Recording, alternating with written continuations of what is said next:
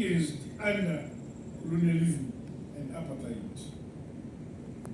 Therefore, exhort the national museums and the monuments of Zimbabwe to ensure that the sacred bird artifacts are appropriately conserved and protected at the Great Zimbabwe National Monument, the site of their origin and the heart of our country's ancient civilization under the Mnangagwa Empire.